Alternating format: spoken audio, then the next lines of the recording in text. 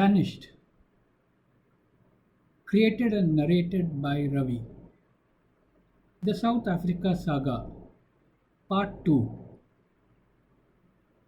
The chance meeting with Chorda was about to change Vijay's life. He returned to Johannesburg with Chorda's shirts. Chorda and Vijay became good friends. South Africa in the 90s was a cauldron, and the arrest and confinement of Nelson Mandela only worsened the situation. The civil war against apartheid and white rule had intensified.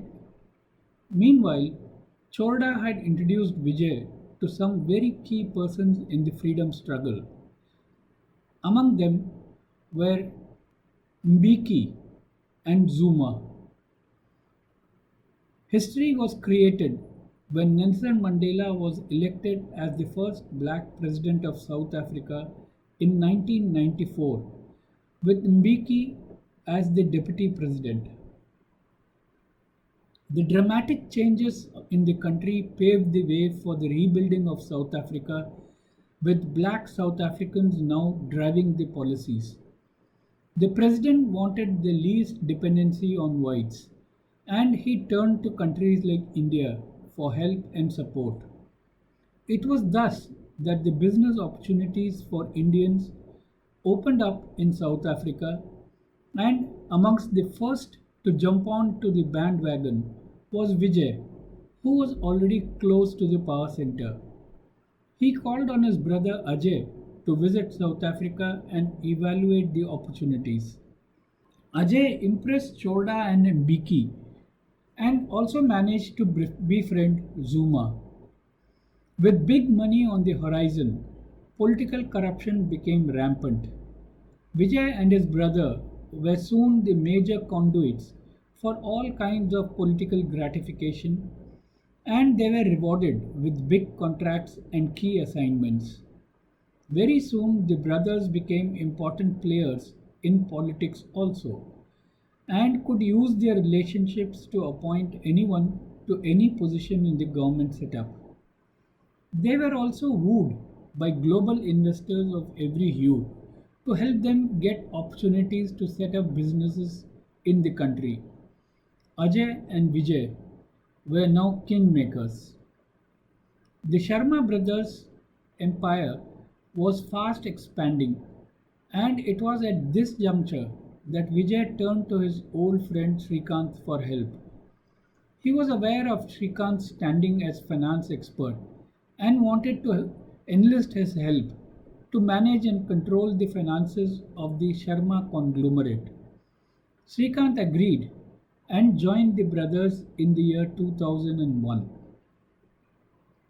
Nelson Mandela did not run for a second term, and in 1999, Mbeki took over as the president of South Africa with Zuma as his deputy.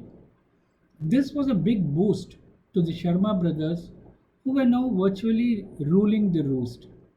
Both Mbeki and Zuma were known to Ajay and Vijay, but very soon they would be caught up in a battle of loyalties. The first term of presidency for Mbeki was a defining one. He had taken a stand on corruption and set up a task force to investigate complaints of corruption against his cabinet. Zuma's name would come up first in one and thereafter in many cases, including complaints of rape. Meanwhile, Srikanth was also getting to know his friend as a businessman and power broker, facets that were unknown to him. The more he discovered, the worse it got. The friend in school was not the same as his employer friend. They were two different human beings, and he feared the second friend. Had he made a mistake by coming to South Africa? As the head of the group's finances, his involvement in everything that had to do with money became inevitable, and he was very disturbed.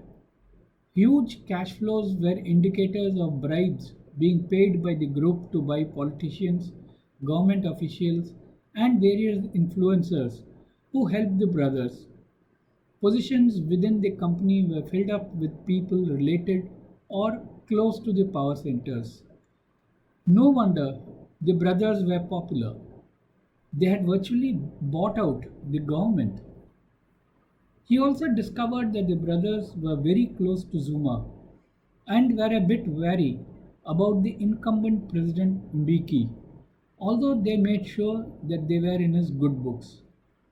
These discoveries made Srikanth rue his decision to quit his professional career for a group run by a family.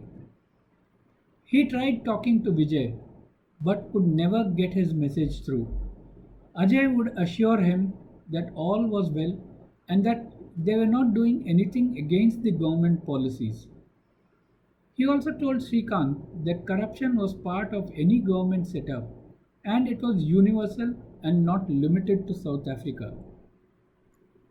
Srikanth understood what Ajay was trying to tell him. Corruption was indeed a global phenomenon, but Srikanth never was or wanted to be a part of it. He could not fight corrupt governments or corrupt businesses, but to be part of a corrupt conglomerate was something that frightened him. How could he get out of this? He wondered. End of chapter. Keep listening.